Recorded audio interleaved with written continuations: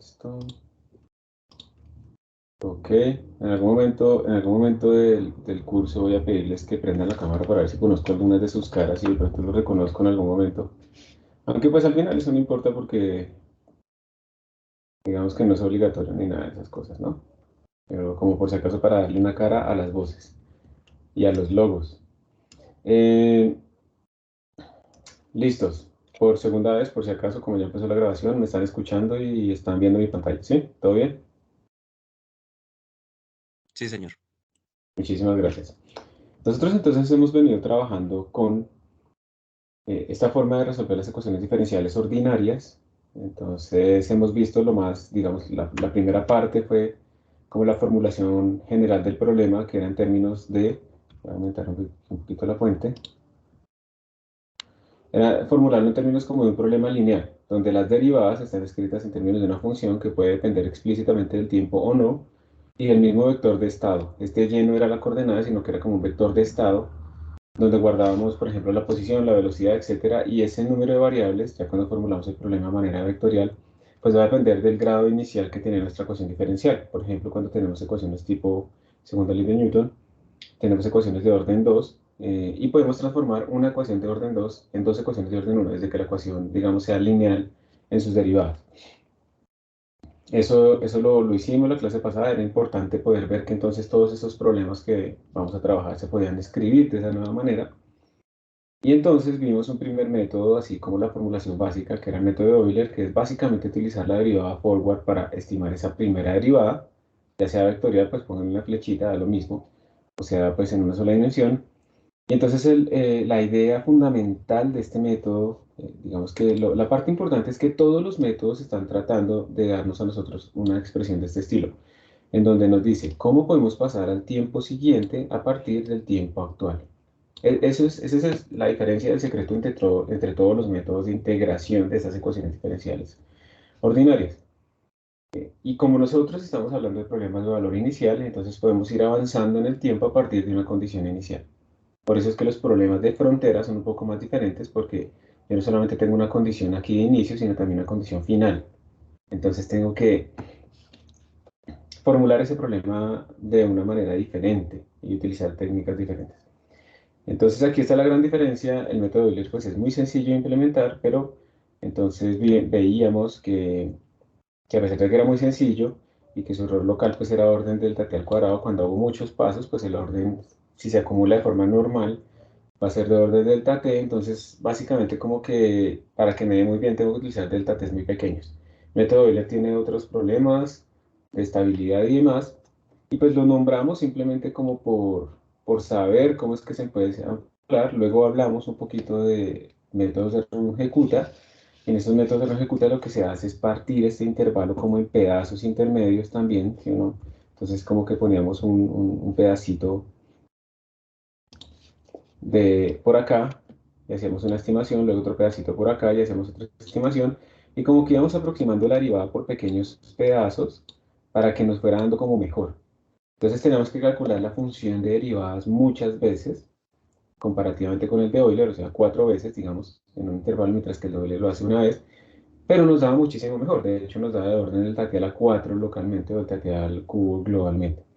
Entonces, cada uno tiene como sus ventajas y desventajas. Si mi función de derivadas no es difícil de calcular, no se toma mucho tiempo, y yo necesito precisión, pues obviamente mejor utilizar Runge-Kutta que utilizar pues Euler.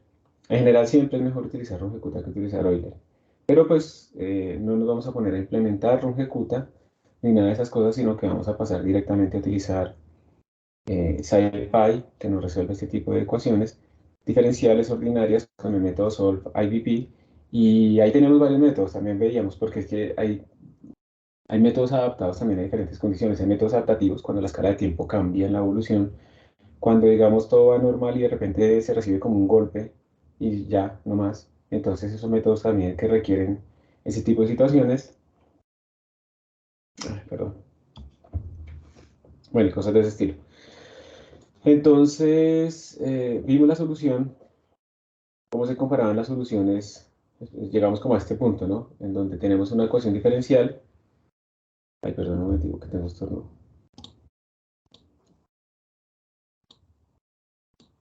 Listo. Entonces veíamos esta ecuación diferencial que teníamos acá, y esta ecuación diferencial pues tenía su solución exacta, y lo que queríamos era como comparar la solución obtenida a partir de SciPy con la solución obtenida utilizando el método de Euler, ¿sí? Pregunta, ¿nosotros hicimos un análisis de esto o llegamos hasta este punto? No lo Mal no recuerdo, creo que no hemos hecho análisis de eso. hicimos análisis, perfecto. Entonces llegamos hasta este punto en la clase pasada, que era como una introducción, y creo que alcanzamos a ver como el manual, ¿cierto? De SciPy.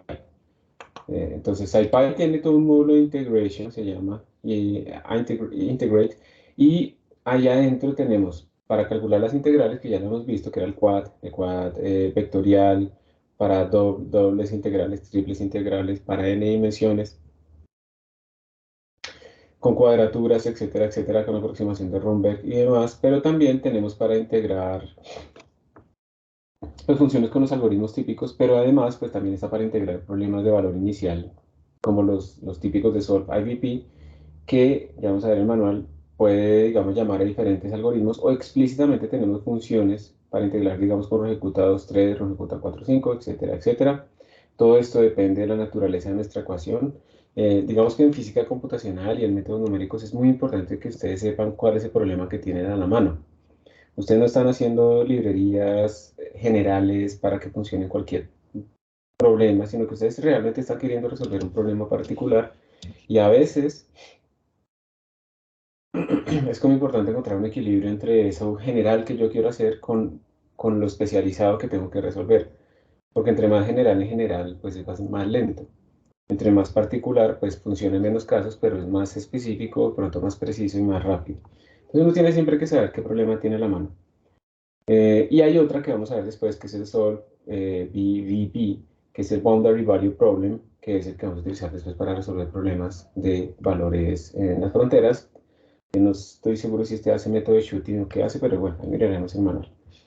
Entonces, viendo esta función solve IVP, ustedes pueden ver que hay una parte que se llama el método, y por general va a utilizar el ejecuta 4.5, que es un método adaptativo que va verificando si uno se está, digamos, si necesita hacer el h más pequeño o el h más grande, si el delta t, para poder integrar apropiadamente. Y tenía entonces varias cosas. Lo primero que necesita solve IVP es la función. Pero esta función, ¿cuál es? La función de derivadas. Observen que el sistema se está escribiendo como que las derivadas del vector de estado y, que puede ser de una o varias dimensiones, las derivadas son iguales a lo que retorna esta función. Esa es la función que tiene que ir acá, ¿sí? La función de derivadas, porque eso caracteriza al sistema. Segundo argumento es el t-span, es desde dónde hasta dónde quiero integrar, dónde empieza el tiempo y dónde termina el tiempo. ¿Qué es t-span? Dice, una tupla de dos floats. Entonces es un intervalo de integración desde un t0 hasta un tf. Entonces ya tenemos que decirle eso. ¿Dónde empieza la integración? ¿Dónde empieza a evolucionar el sistema? ¿Dónde termina la evolución del sistema? A veces, a veces uno quiere resolver ese sistema, pero hasta que se cumpla cierta condición. Imagínense que uno lanza un balón, y entonces el balón va a salir aquí a nivel del suelo, y yo no sé cuánto se va a demorar porque le puse unas interacciones con el aire, viento y además dragging cuadrático, entonces no sé exactamente el tiempo en el que va a caer. Yo quisiera que él parara cuando vuelve a caer, pero yo no sé cuándo es eso. Acá se puede hacer eso. Uno le puede decir, oiga, intégrelo en un tiempo gigantesco, o sea, uno le puede poner muchísimo tiempo, ¿sí? Sin exagerar. Pero uno le puede mandar eventos. Entonces uno le puede decir, cuando ocurra cierto evento, pare. El evento es una función. Entonces uno le puede decir a ese evento es cuando la coordenada esté igual a cero o menor que cero. Pero además, por ejemplo, que esté en esta dirección cayendo y no que esté subiendo. Cosas de ese estilo, porque pues si yo le pongo igual a cero y lo pongo aquí al inicio, pues ahí de una vez va a parar, porque ese es el evento de estar en cero. Yo le puedo poner la dirección. Entonces yo puedo ponerlo a integrar y que pare no en tiempos definidos, sino cuando ocurran ciertos eventos, ¿sí? Cuando llegue a un cierto punto máximo, cuando por ejemplo yo quiero la altura máxima. ¿Cuál será el evento que ustedes le pondrían? ¿Qué función les permitiría a ustedes saber que están en la altura máxima, por ejemplo, en un movimiento así, parabólico? Derivada nula. Por ejemplo, la derivada nula o muy pequeña, ¿cierto? Entonces, señor, dale, dale, que no te escuché, te interrumpí.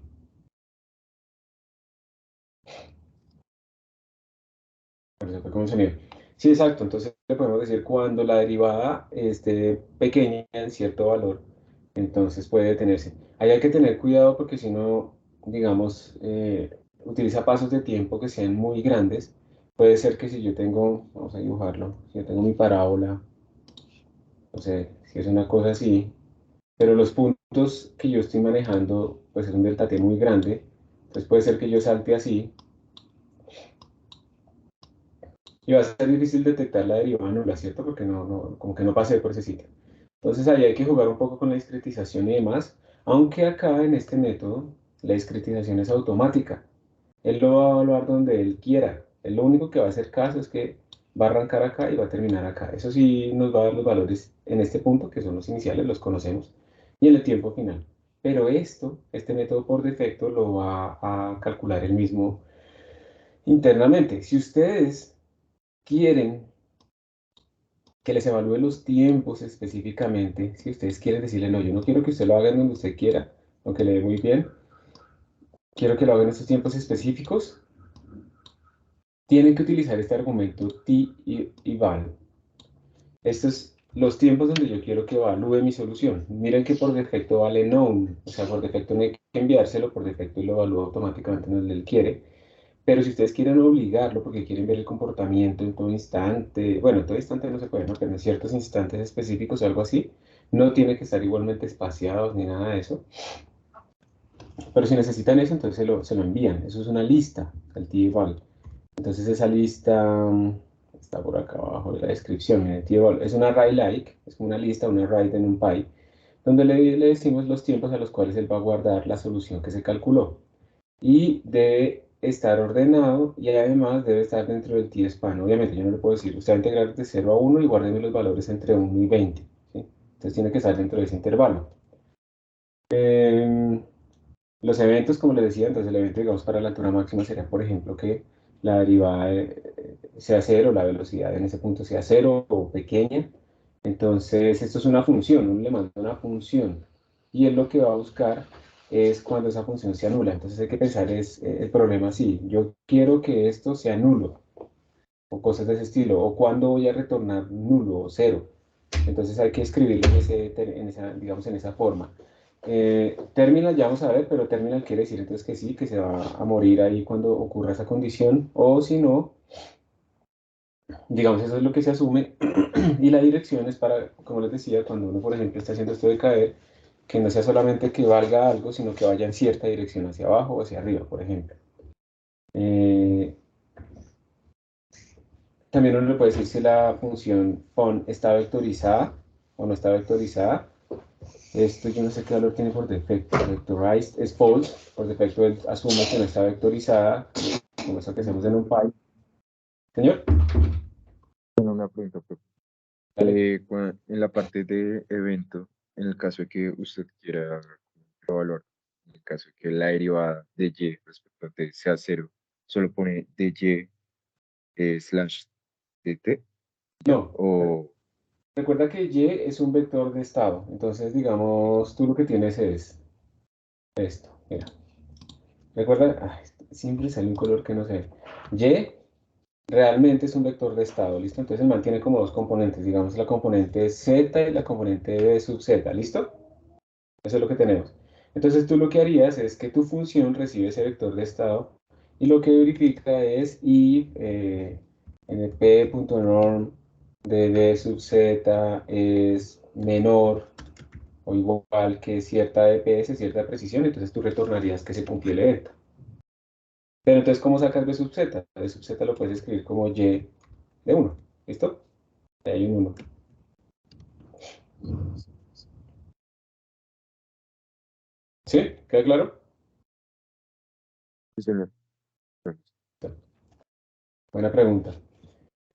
También le pueden mandar argumentos. Recuerden que su función, digamos por defecto es t, y, pero uno puede tener parámetros, ¿sí? Puede tener una función que depende de varios parámetros. Entonces, digamos A, B y C, entonces uno le manda al algoritmo cuáles son esos parámetros extras. Extras quiere decir los que están más allá del t y y. O sea, por defecto él espera el t y el y. Cualquier otra cosa que reciba la función de derivada son parámetros. Todo esto que está aquí a la derecha. Todos esos son parámetros, ¿está bien? Y entonces se los tenemos que mandar en una tupla.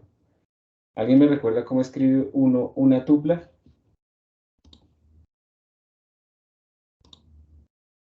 Entre paréntesis. Entre paréntesis, ¿cierto? 1, 2, 3. Eso es una tupla. ¿Y qué diferencia hay entre las tuplas y las listas? Las tuplas no son mutables, ¿Y qué es mutable? ¿Que se vuelven mutantes o qué? que no se puede modificar. Muy bien. ¿Y esto qué es lo que, para qué es que se utilizan estos manes? Diccionarios. Diccionarios, listo, muy bien. Muy bien, ese es un recorderis, ¿no? Ese sí es recordar. Bueno, hay otras opciones más que se le pueden pasar dependiendo de la documentación de cada uno de estos solvers. Uno le puede pasar unas variables extras, unos argumentos extras, unas opciones extras. Hay, hay, digamos, más argumentos, no vamos a entrar mucho más allá. Esos son para la tolerancia. El jacobiano puede ser, por ejemplo, una función. Uno le puede mandar una función donde él sepa la derivada exacta, porque de otra manera él va a calcular estas derivadas numéricamente.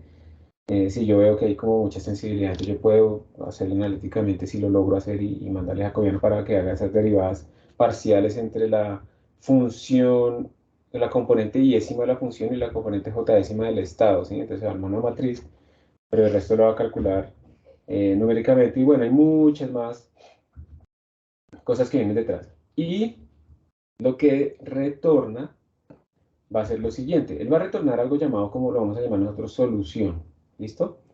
Y la solución, esta solución, bueno, yo le voy a llamar solución, pero aparte de otra cosa aquí se llama sol. Esa solución es una gran estructura de datos que va a contener muchas cosas por dentro. Entonces, ¿qué va a contener por dentro? Va a contener un T, que es T, un arreglo de tiempos. Esos son los tiempos donde él resolvió el sistema. Entonces yo como, digamos que si yo le digo lo siguiente, si yo le escribo, cosa con este colorcito, solution igual a sol IBP bla bla bla, ocurre la magia, se resuelve el sistema. Entonces si yo quiero acceder a ese tiempo, yo lo que voy a hacer es escribir solution.t. Esto es como en C++ también, o sea, el punto nos está permitiendo acceder a unos elementos internos, unos atributos internos o funcionalidades internas de ese objeto solution. Entonces, de esta manera es que yo puedo acceder a los tiempos. Si yo quiero acceder al Y, al estado, escribo esto, pero ojo porque miren el shape. Miren que el shape de solution es n points, que son el número de puntos donde se evaluó el tiempo. Pero miren que el shape del Y es n, n points. Esto quiere decir que esta n era el orden de nuestra ecuación, de nuestro sistema. Entonces, por ejemplo, si ustedes estaban resolviendo la segunda ley de Newton, este n vale 2. Entonces, realmente esto es como una matriz. Si yo quiero acceder, por ejemplo, a las posiciones, tengo que acceder a Y0. Y si quiero acceder a las velocidades, pues Y1. Y0, por ejemplo, serían todas las posiciones en esos tiempos que están ahí. Eso es un arreglo. Tiempo, digamos, son 20 puntos de tiempo. Entonces, tengo 20 puntos de tiempo, entonces Y0 serían las 20 posiciones para cada uno de esos tiempos. Y1 serían las 20 velocidades para cada uno de esos tiempos. Y si era un sistema mayor, de mayor orden, de orden 4, entonces tendría Y2, Y3, etc. para cada uno de esos sistemas. Entonces, para que vean cómo se acceden a las soluciones. Si nosotros le colocamos una opción que se llama dense output igual true cuando la llamamos, este man va a tener algunas otras variables activadas, por ejemplo este punto sol, ¿sí? Entonces este punto sol no va a valer known si nosotros le activamos eso. No vamos a entrar ahí en esos detalles, eso ya es cuando uno está queriendo más información del sistema. Hay otro arreglo que es el events, que le dice a uno, digamos básicamente si los eventos que uno le envió se cumplieron o no, ¿sí? Y entonces los podemos arreglar para comprobar, ¿no? De nuevo, cuando uno programa, uno cree que le está diciendo bien las cosas al computador, cree que el computador lo que pasa es que es terco, no le hace caso, y al contrario, el computador hace completamente caso a todo lo que uno le dice, uno es el que a veces no se hace caso a sí mismo y no sabe decir lo que uno quiere decir, tanto en programación como en la vida real, ¿cierto? Entonces, bueno, ahí uno puede ir comprobando. Hay otra información como cuántas evaluaciones se hicieron de la parte derecha del right hand side de la ecuación diferencial, o sea, de la función f, lo de el jacobiano, bueno, hay un montón de cosas extras que se van pasando. Uno le puede preguntar incluso success. Success es un booleano que le dice a uno true si se logró, digamos, resolver sin errores la ecuación diferencial o false si no se logró. Eso a veces es útil, ¿no? Uno llega y lo resuelve. Uno, digamos,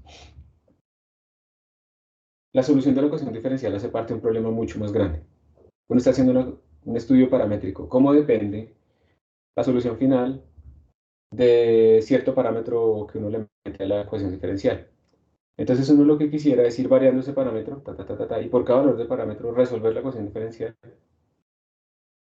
Pero no quisiera como lo va a hacer automáticamente, no quisiera como no coger cosas cuando no funciona la ecuación diferencial. Entonces uno podría mirar if success igual, bueno, if solution.success igual true, entonces acepto esa solución y si no, pues aviso, oiga, no se pudo resolver para este C, entonces para este parámetro, entonces voy y miro qué pasó para ese parámetro. Cosas así. Y bueno, aquí está la documentación de dónde salen las diferentes ecuaciones, de dónde salen diferentes algoritmos, ¿sí? Todo ese tipo de cosas. Y pues como siempre hay ejemplos. Digamos que acá se les dice, bueno, vamos a importar de esta manera. Vamos a definir acá una ecuación diferencial de esta forma, menos 0.5 por y. O sea, la derivada es un sistema unidimensional, la derivada es menos 0.5 por y. Esto es un decaimiento exponencial porque la derivada actual depende de la misma función, pero por menos 0.5. Entonces eso va a caer exponencialmente. Uno lo resuelve y mira que si yo le pido print_sol.t, me imprime los tiempos. Si yo le pido, miren que aquí yo le dije el intervalo, ese es el tspan, ¿cierto? Por el orden. Función, tspan y los tiempos donde quiero que lo evalúe. ¿Sí es eso? No me acuerdo. 2, 4, 8. Porque no me acuerdo qué era esto. Vamos a volver aquí al manual y lo vamos a poner aquí al lado. Ah, las condiciones iniciales. Setting.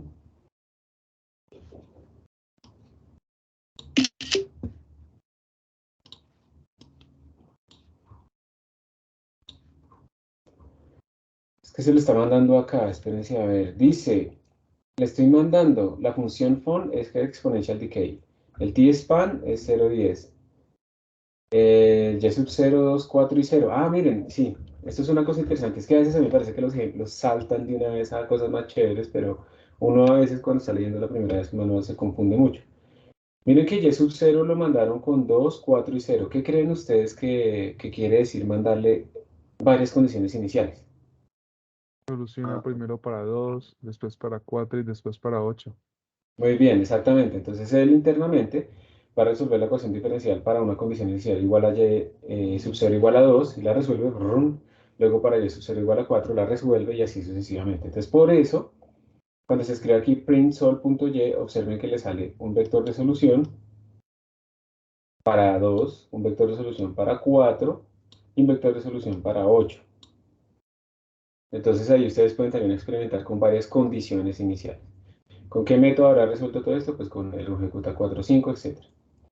Y acá abajo les están mostrando el mismo problema, pero les están colocando los tiempos donde se está evaluando la ecuación diferencial. Entonces les está diciendo, quiero entre 0 y 10, pero quiero que lo evalúen estos tiempos, que no tienen que ser uniformemente espaciados, como pueden ver. Entonces observen que efectivamente pues el tiempo, la solución ahora no es la que quiso ponernos SciPy, sino que es la que nosotros le dijimos, y ahora las soluciones pues están digamos con el mismo número y en los mismos tiempos, pero obviamente con diferentes condiciones iniciales.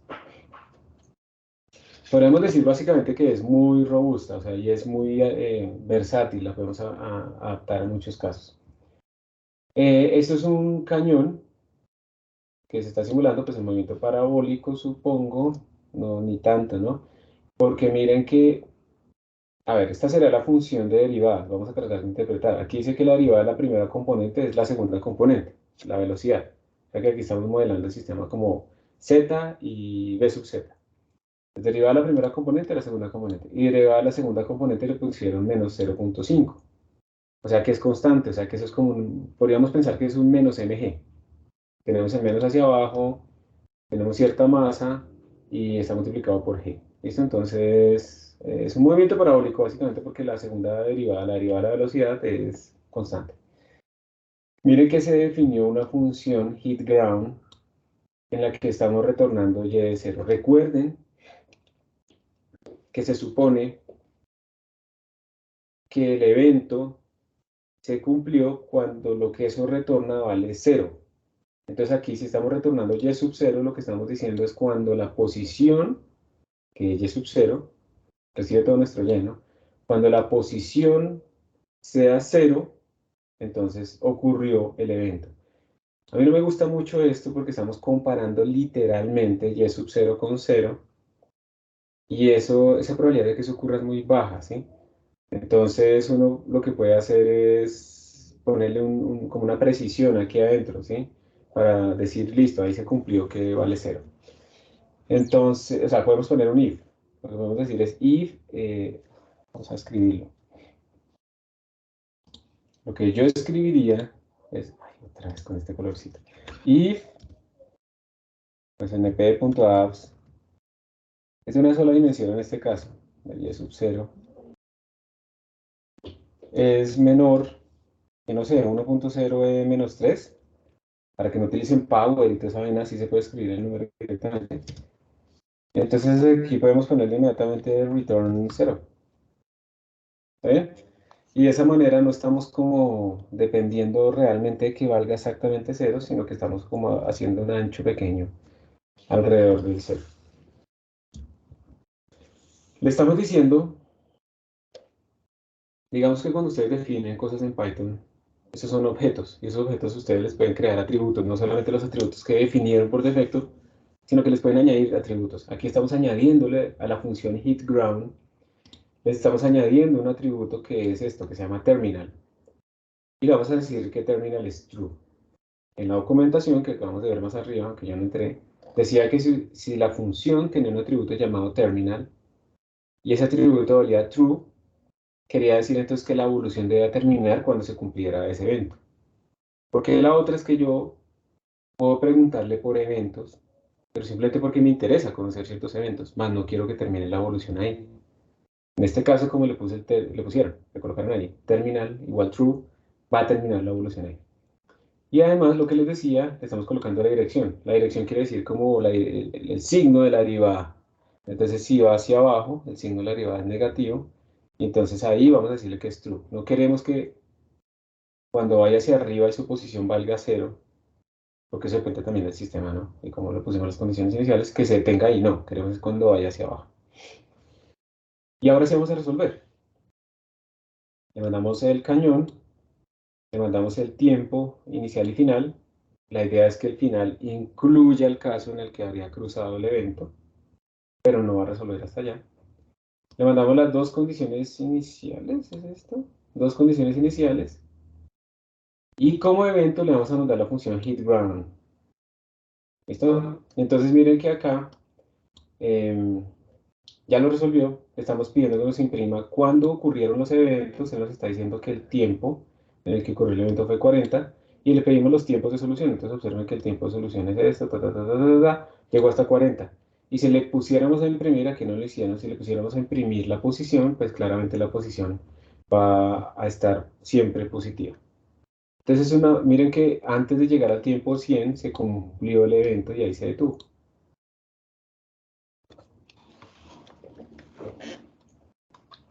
Esos manuales son muy buenos, o sea, uno leyendo los manuales casi que puede resolver. ¿Saben cuál es el manual más completo realmente que yo he encontrado? Pues no podría decir que estos están malos, no, ya están muy buenos. Pero yo recuerdo mucho que hace muchos años, o sea, lo que me impresiona es que hace muchos años ese manual ya existía.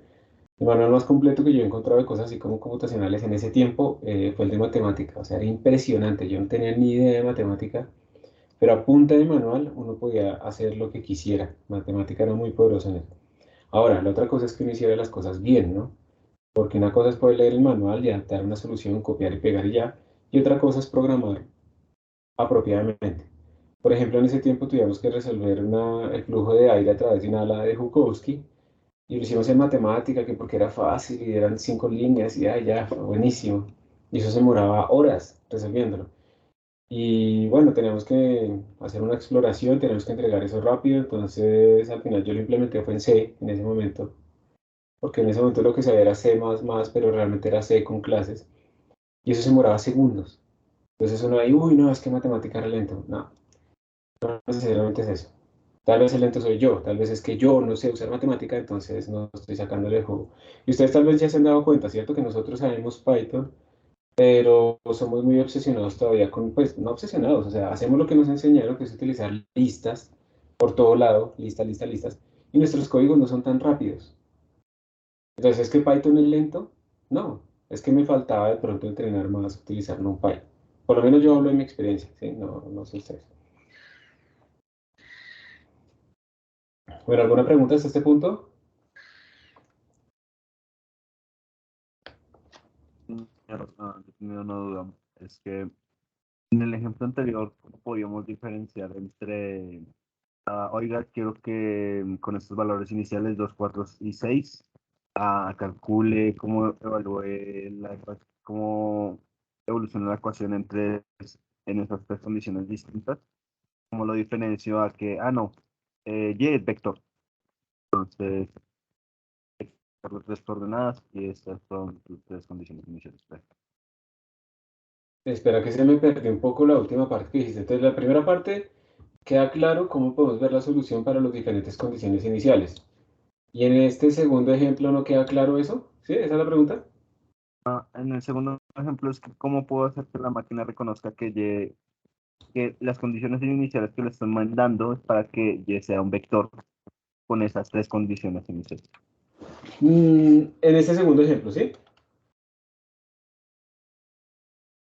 En el primer ejemplo, En el primer ejemplo, en este. ¿Él cómo sabe que estas son condiciones iniciales? Esa es tu pregunta, ¿sí? él cómo sabe, él cómo diferencia si es, oiga, tengo que hacer tres casos, ah, primera condición inicial, segunda condición inicial, tercera condición inicial, y tres casos distintos, o, no, es que Y es un vector. No. Es Bien. Ya entendí la pregunta. Mira, en este caso, primero empecemos porque este problema es unidimensional, ¿sí? ¿Listo? Entonces, cuando tú tienes, digamos, los argumentos de esta forma y tú no le pusiste fun igual a esto, y span igual a esto, y sub 0 igual a esto, entonces por la posición él va sabiendo quién es quién. Entonces, vamos por ahí. Entonces, este man va a ser fun, este man lo va a identificar como t-span y este man lo va a identificar como y sub 0. Vamos hasta ahí bien, ¿sí? Eso es normal, ¿sí o no? ¿Sí? Entonces, como este problema es unidimensional, o sea, él internamente él vaya a analizar, por ejemplo, que esta función recibe solo un número y, y entonces, por la forma en la que está escrita y demás, él se va a dar cuenta que le estamos dando varias condiciones iniciales, porque el problema es unidimensional en cuanto a la función como tal. Entonces él lo detecta automáticamente y entonces él sabe que son varias condiciones iniciales. Ahora, tu pregunta es muy buena, ¿qué pasa si yo lo que tengo es un sistema bidimensional, por ejemplo? Y quiero que también lo evalúe para varias condiciones iniciales. Entonces, ¿qué tocaría hacer? Esto que está acá, tendrías que escribirlo de otra manera. Entonces, tendrás que escribirlo como una lista de listas, porque tendrás que darle la condición inicial para cada uno de esos sistemas que quieres resolver. Entonces, digamos, 2,0 sería, la pongo en 2 con velocidad inicial 0, 2,0.98 la pongo en 2, no sé por qué así se me comen los números, bueno, 0,9, la pongo en 2, pero ahora con velocidad 0,9, 2, menos 0,9. La pongo en 2, pero con velocidad inicial. Entonces así él va a detectar que son de nuevo tres soluciones a mi sistema bidimensional, donde aquí están las condiciones iniciales del primero, condiciones iniciales del segundo, y también nos va a sacar así, pues tenemos que nosotros ir viendo entonces que nuestras soluciones ahora van a ser por este arreglo, ahora no va a tener un solo arreglo, ¿cierto? Acá, sino que va a tener dos arreglos por cada una de esas condiciones iniciales. Entonces vamos a tener en total como 6 filas ahí.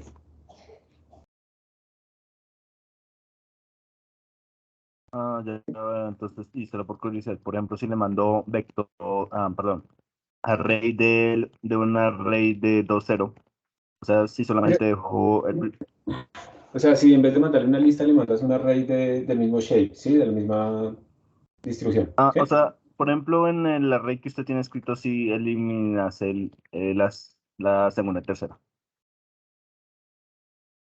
Es que se me entrecorta. Por ejemplo, el array que tengo escrito, ¿hacer qué, perdón? eliminar la segunda y la tercera. O sea, si tú le mandas esto así, o sea, si le quitas esto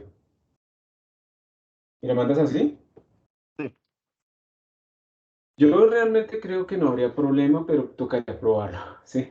Yo creo que no hay problema porque él dice, me mandó una lista de condiciones iniciales, pero esa lista solo contiene un elemento. O sea, en el for, yo lo que creo es que eso está implementado simplemente como un for. Entonces él dice, bueno, ¿qué tamaño tiene esa vaina?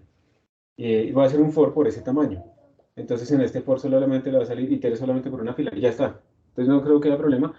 Te lo va a retornar como una matriz, no sé qué cosas, pero al final pues te va a retornar, digamos, solamente este pedazo, ¿sí? Con varios corchetes que lo están metiendo, pero creo que no debería haber problema. Sí, es que, pues, bueno, era volviendo a mi duda original, a ver si así lo reconocía como dos vector y igual vector Z. Sí, claro. Pues digamos que si tú se lo envías así, él va a esperar que tu función reciba por lo menos dos componentes o cosas así. O sea que tú le estás como dando información aquí extra. Y si tu función exponencial decay termina botando el error es cuando reciba un vector, por ejemplo, de dos condiciones iniciales y cosas de ese estilo, entonces pues te va a salir el error, ¿sí? Pero entonces aquí tú le estás dando información digamos, el número de condiciones iniciales y que tiene que ser compatible también con el orden de tu sistema. Entonces ya habría que ver ahí si nosotros hiciéramos eso y si quieres podríamos hacerlo ya en este momento como ejemplo, ¿sí? Hagámoslo. Para mandar esa condición inicial, a ver qué pasa si yo le mando como si fuera bidimensional, pero es unidimensional. ¿Sí? ¿Eso resolvería tu duda? Sí. Listo, entonces mira, vamos a abrir aquí una consola.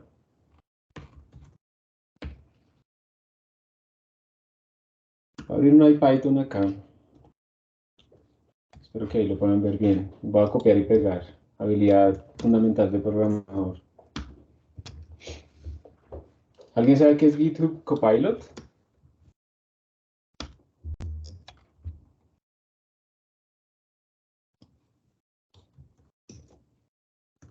¿Nadie ha escuchado lo de GitHub Copilot? Creo que es como Pues un mira, asistente de código, ¿no, profe? Hasta sí, donde tengo entendido. sí, exacto. O sea, tú llegas y pones como un comentario y el man trata de completarte el código a partir del comentario. Eh, Yo por ahí lo he visto algunas veces en funcionamiento. Curiosamente, aunque yo soy instructor y tengo unas organizaciones en GitHub para los cursos y demás, a mí no me dan GitHub Copilot, pero a los estudiantes sí. Entonces, ¿cómo carajos voy a enseñarle a los estudiantes a hacerlo si yo no lo puedo acceder? Pero en todo caso, a partir de comentarios se le genera un nuevo código. Entonces, todo el mundo, se le acabó el trabajo a los programadores. Eso tiene varias cosas. Es útil, pero para aprender no es útil, porque entonces yo llego y escribo como, quiero calcular los números primos de 0 a 100, entonces me sale uno el for y el if y toda esa vaina. Pero muchas veces eso tiene lógicas que no se adecúan exactamente al programa, porque entendamos que el input es lenguaje natural, digamos, somos nosotros los que estamos hablando, y muchas veces uno no especifica apropiadamente el problema. Entonces las personas tienen que empezar a mirar el código y entender la lógica. Entonces, en cierta manera, pues no es que le ahorre mucho tiempo, salvo cosas muy básicas y primitivas o repetitivas. ¿Sí? En un curso ahí que estamos de programación web y que se toca utilizar Java y no sé qué, eso sí es horrible, entonces ahí pues ese GitHub ayuda mucho. Pero la otra cosa pues es que eso está como parseando todos los repositorios que están subidos a GitHub, te está cogiendo un montón de código, por ejemplo, que no puede tener licencia, por ejemplo, libre, o puede ser licencia GPL, en donde uno está obligado, que si no utilizó código ya ya, entonces está obligado a que también sea GPL el código que uno está haciendo, y nada de eso se respeta. Entonces hay toda una cosa por detrás, pero yo creo que todavía no está listo, pero cada vez mejorará más, pero no está listo todavía como para resolver o reemplazar a los programadores. Y como les digo, la parte importante es el requerimiento. Si el requerimiento no está bien escrito, es poco probable que salga el código final que uno quiere. Entonces todavía, digamos, será muy útil, ¿no? Pues todavía no está reemplazando a los programadores, pero es una herramienta que puede ser útil en algún momento. Entonces, mira, ¿esto qué significa? Yo le quité las otras condiciones, ¿sí? Entonces él me lo resolvió. Le vamos a decir, por favor, que me diga solve.y. Entonces ahí está. Mira que a pesar de que es una sola condición, pues él me sacó como una matriz de soluciones, pero solamente tiene una fila. Entonces, bueno, eso es lo que uno espera. Vamos bien hasta ahora, ¿sí? Sí, sí, sí. Y ahora tu prueba es esta, ¿sí o no? Sí, señor. Ahí está el error. Porque como la función y sub 0 o la función, digamos, de derivadas recibe solo, o sea, por su forma en la que está escrita solamente trabaja con un vector. Entonces aquí me está diciendo y sub 0 must be one dimensional. Entonces él lo detectó porque aquí tú le diste información de la dimensión de tu sistema. Otra cosa sería que tú hicieras esto, yo no sé si esta vaina funciona. Sí, también, ahí estamos cambiando el shape completamente. Entonces él lo va a detectar, o sea, no es que como que tú crees aquí de shapes arbitrarios, porque aquí estás diciéndoles que el sistema es bidimensional, pero eso es incompatible con la forma en que está funcionando la función.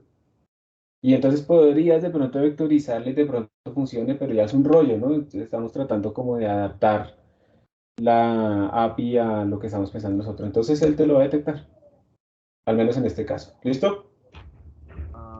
Vale, sí, porque precisamente no sabía si tenía que ver vectorizar la función de entrada o vectorizar la función de la APB solve. Sí, recuerda que cuando uno la vectoriza no quiere decir que el argumento necesariamente sea un vector, sino que lo que va a hacer es, por cada uno de los valores que yo le mandé en ese vector, él va a hacer lo que tiene la función. Entonces, digamos que vectorizar no es decirle necesariamente eso, sino que él va a hacer un for internamente. Eso es vectorizar realmente. Vectorizar es que él va a hacer un for sobre cada uno de los valores argumentos que yo le mande. Entonces, de pronto ahí podría funcionar una cosa de estas, pero de nuevo, es como si fueras a resolver.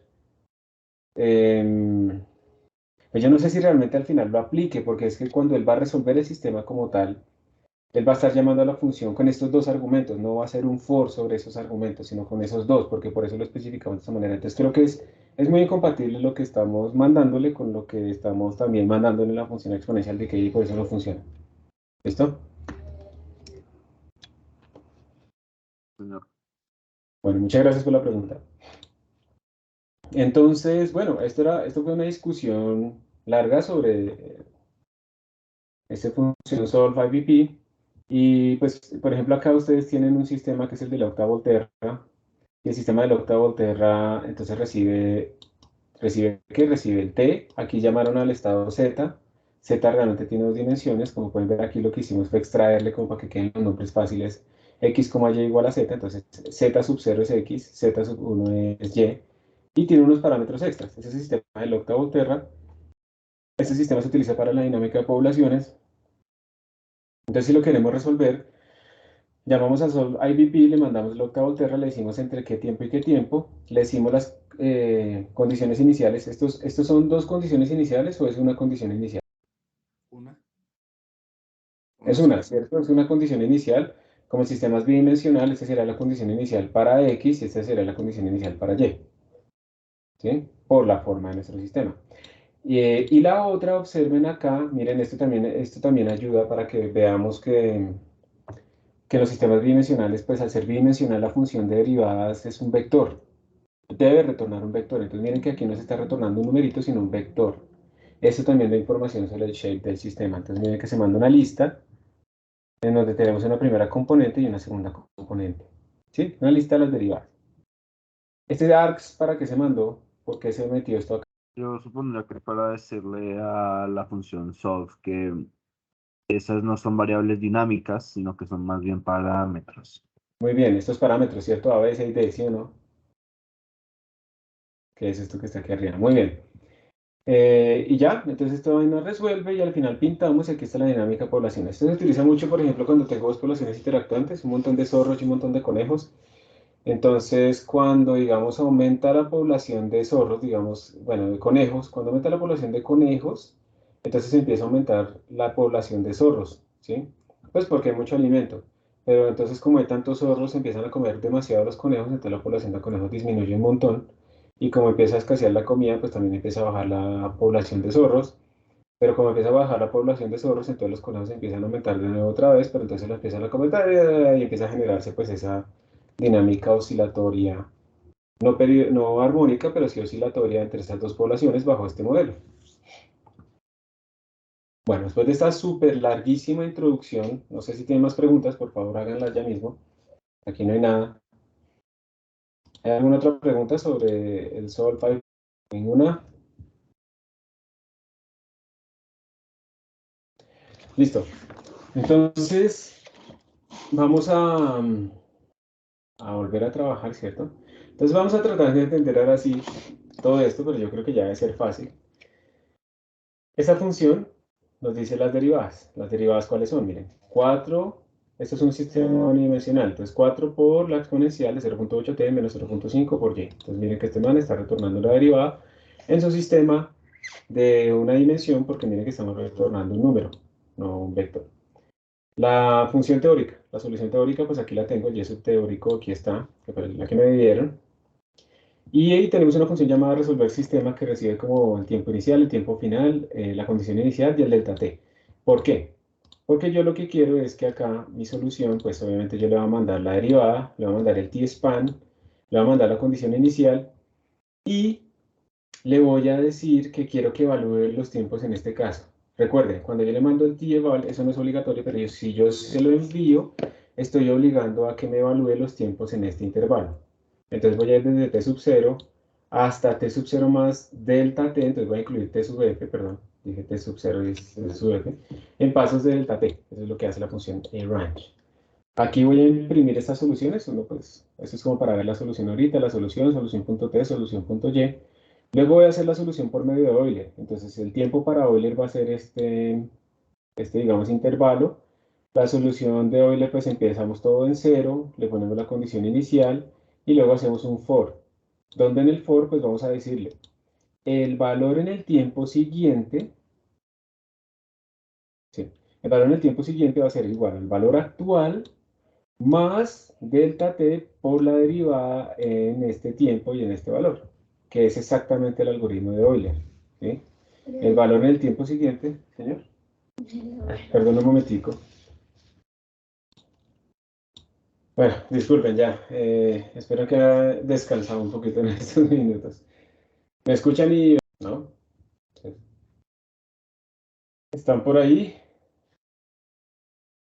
Sí, señor. Así, Señor. señor. Listo, gracias. Entonces, como les decía, lo que dice Euler es esto, ¿cierto? Partamos de la condición inicial y vamos aumentando punto a punto. Entonces, eso es lo que tenemos aquí.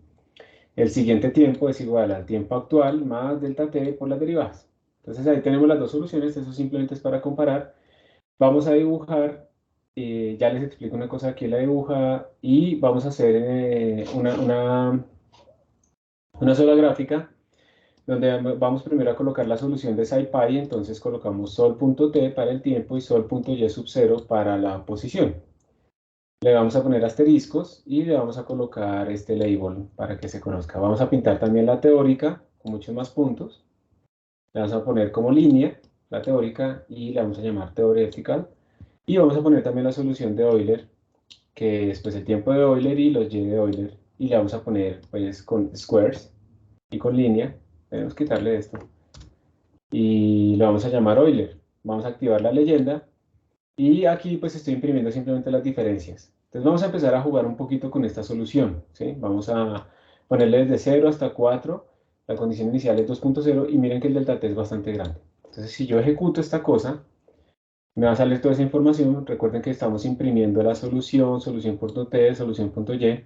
Miren que cuando yo imprimo la solución tiene mucha información. Tiene un mensaje que dice The solver successfully reached the end of the integration interval. ¿Cuántas veces hizo la evaluación de la función f? Los jacobianos, eso no tenía que hacerlo porque era unidimensional. El estatus es 0, quiere decir que todo bien, 0 errores. Success true, también es lo mismo, es equivalente. Ahí está el tiempo, están los eventos, no había eventos. El y, el array, los eventos de y, nada de eso. Luego estamos imprimiendo el tiempo, que es el mismo que tenemos acá, ¿sí? Sol.t, la solución y, sol.y, y las diferencias. Pero eso se ve más rápido en la figura. Entonces miren la figura lo que está sucediendo.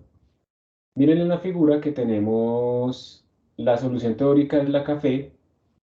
Los asteriscos son la solución con SciPy, que se ve bastante cerca. Y lo verde, los cuadrados verdes, son la solución con Euler. Entonces miren cómo se va separando la solución con Euler de la solución teórica, ¿sí? En los mismos tiempos. La solución de SciPy nos da mejor. Miren que si yo aumento el tiempo, el delta t incluso a 1.0, que es exagerado, y lo resuelvo, observen que SciPy sigue dándome muy cerca mientras que Euler cada vez se aleja más. ¿Listo? Entonces, SciPy es bastante bueno. Aquí están las diferencias. Miren que la diferencia con SciPy, pues empieza en 0, obviamente, porque las condiciones iniciales son las mismas, y se mantiene como en el orden de menos 0.3, ¿sí? Que es bueno para este caso porque miren que estamos hablando de cosas que están de 40, 60, entonces la diferencia de 0.3 es realmente una diferencia relativa como de 10 a la menos 5, más o menos. Entonces es bastante bueno. Mientras que Euler, pues esa diferencia observen cómo se va acumulando y va aumentando. Empiezan 0, 1, 3, 8, 18. Se va aumentando. Jueguen un poquito ustedes con eso. Si yo obviamente le pongo pues 0.1 acá más pequeño, pues me va a dar muchísimo mejor. Y pues Euler también se va a acercar, pero Euler entonces requiere un delta t muchísimo más pequeño que lo que nosotros necesitamos. Y de todas maneras el error no está acotado. Miren que el error acá en SciPy empieza bastante pequeño, pero se mantiene como en orden de 10 a la menos 3, siempre, por una tolerancia que está definida implícitamente, no la puede disminuir incluso. Mientras que en Euler siempre el error va aumentando, se va acumulando y va aumentando. Entonces, por favor, pues jueguen ustedes con esto, reproduzcan este comportamiento, por favor. Cuéntenme si tienen algún problema para obtener esos datos o si les da igual o no. Voy a mirar aquí en Colab a ver si les da igual. Ahí está. Listo, ¿les dio igual? Me levante la mano a quien no le dio igual.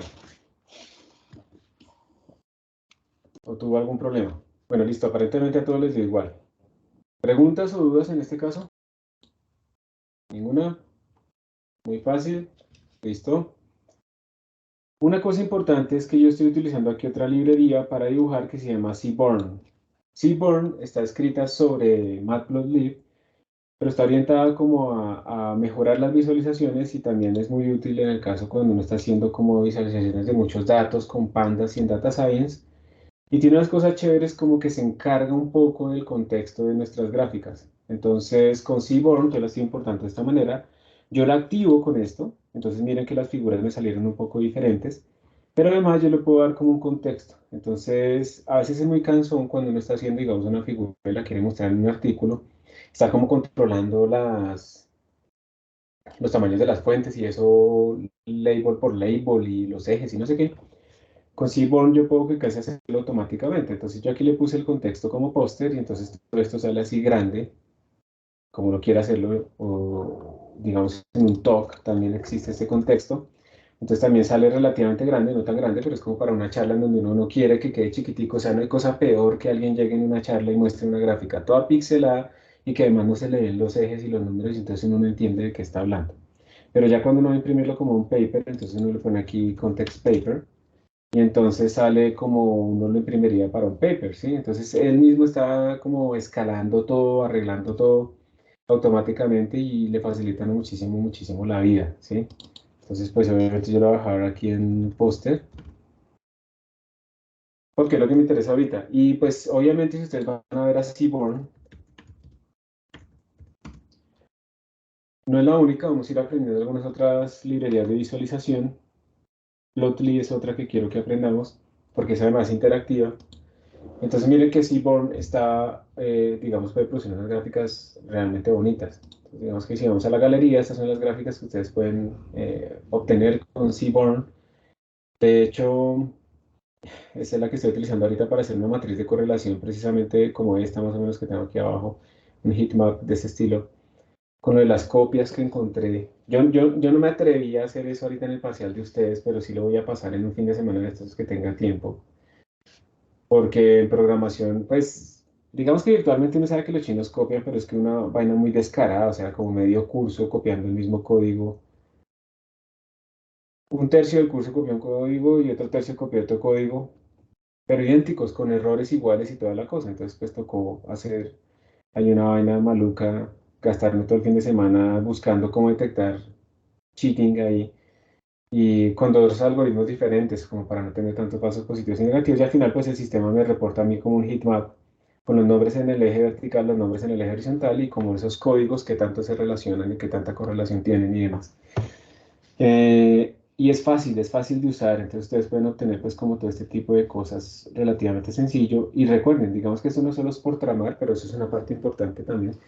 La cosa también es que uno pueda extraer más información de esas figuras. O sea, la figura no solamente es para mostrar una figura y ya, es para que uno pueda como condensar más información de la figura. Y entonces, pues uno tiene que pensarlas. Las figuras son supremamente importantes en un trabajo científico, ¿sí? En un reporte, en un artículo. No es solo hacerlas por hacerlas, sino que tienen que traer algo nuevo. Si una figura no trae nada nuevo, pues ¿para qué? No la introduzcamos.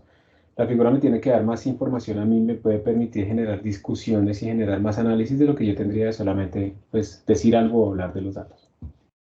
Entonces la estoy utilizando aquí para que vean cómo usarla. Y luego pues venía un ejercicio, pero que a ustedes les salió ya la solución, que era resolver este problema de valor inicial en intervalo 0 a 2 con y sub 0 igual a 1 y ya, y dibujarla. Entonces aquí están las derivadas. Digamos que lo único que había que hacer entonces era adaptar la derivada, ¿cierto? Entonces, pues la adaptamos de y de t igual a y por t al cubo menos 1.5 por y. Una recomendación, he visto, digamos, no sé, queremos hacer x al cuadrado más y al cuadrado a la menos 1. Entonces, he visto que, pues, que se pone como este x al cuadrado más y al cuadrado y esto a la menos 2, digamos más bien. Entonces, esta sintaxis está bien, esto lo acepta en un Python, pero en general digamos que es una sintaxis como rara para NumPy para que vectorice. O sea, yo lo que les recomiendo es, cuando tengan estos problemas, pues más bien haga np.power menos 2, ¿sí? Es más claro y estamos asegurándonos de que esa expresión se puede vectorizar por NumPy. Simplemente es una recomendación así extra. Bueno, colocamos la derivada, resolvemos el sistema, entonces nuestra función subsystem va a recibir desde 0 hasta 2 en paso con esa condición inicial, creo que era eso, sí.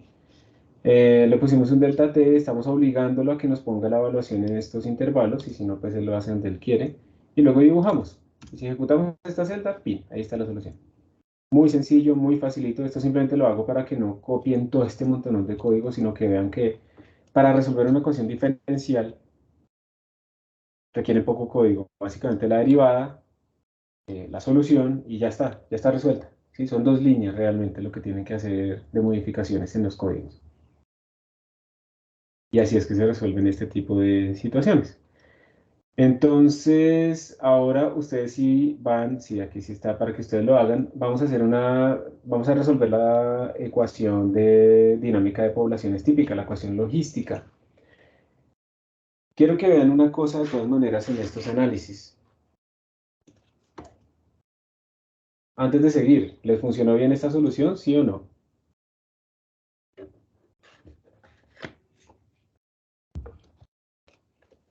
Digan sí o digan no, por favor.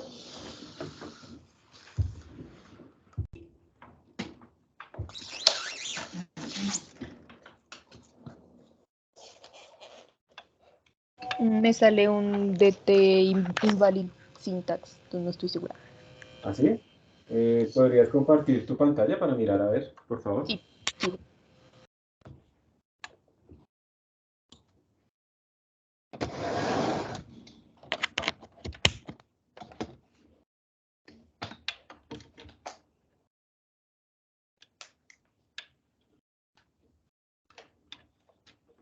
¿Se está viendo? Aquí, Sí, profe. bien. Mira. Ah, F-string, entonces es que no está soportando las F-strings. Entonces, mira, lo que pasa es que la versión de Python que estás usando ahí en el Colab no es moderna como la que nosotros estamos usando. Entonces, simplemente ahí en la línea que dice label, scipy, IBP, DT igual, quítale el igual. Abajo, ¿Dónde? abajo, arriba, ahí, en esa, a la derecha, no, abajo a la derecha, la otra derecha.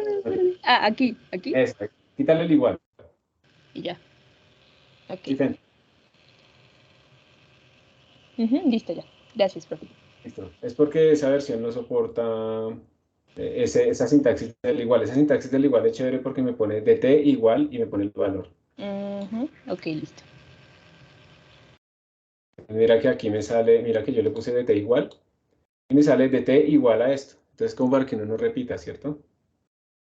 Pues creo que yo alguna vez lo que hacía era como sacar el DT afuera para que quede como string y pongo igual a y ya como tal que me imprima después la variable. Ok. Listo. Esas son las pequeñas diferencias, pero entonces fue fácil de resolver. Déjenme un momentico poner la tableta. Listo, ya pueden ver mi pantalla. Sí, señor. Listo, gracias. Entonces, esta ecuación diferencial que se llama la ecuación logística, que modela la dinámica de poblaciones, pero una sola población, pues digamos que tiene la siguiente interpretación. O sea, lo que quiero es que a ustedes les quede como un poco claro que cuando uno modela estas expresiones ya en casos reales, uno realmente tiene como interpretaciones sobre esos términos. Entonces aquí lo que tenemos es R por N, factor de 1 menos N sobre K. ¿Sí? Esa es como la expresión que nos están dando. Ahora bien, ¿de dónde salió eso? Entonces lo primero es que uno puede suponer como cuando uno tiene bacterias o conejos al inicio, es que el cambio poblacional, el cambio de la población en función del tiempo, pues es simplemente R por N, que es el primer término que tenemos acá, ¿cierto? Esta primera parte. ¿Y eso por qué? O sea, digamos, ¿qué soluciones tendría este tipo de situaciones? Esto lo que quiere decir es que la derivada de la población actual, el cambio actual, va a ser proporcional al N que tengo actualmente también. Entonces, si tengo muchos conejos, pues voy a tener más crías. Y si tengo más conejos todavía debido a esas crías, pues voy a tener aún más.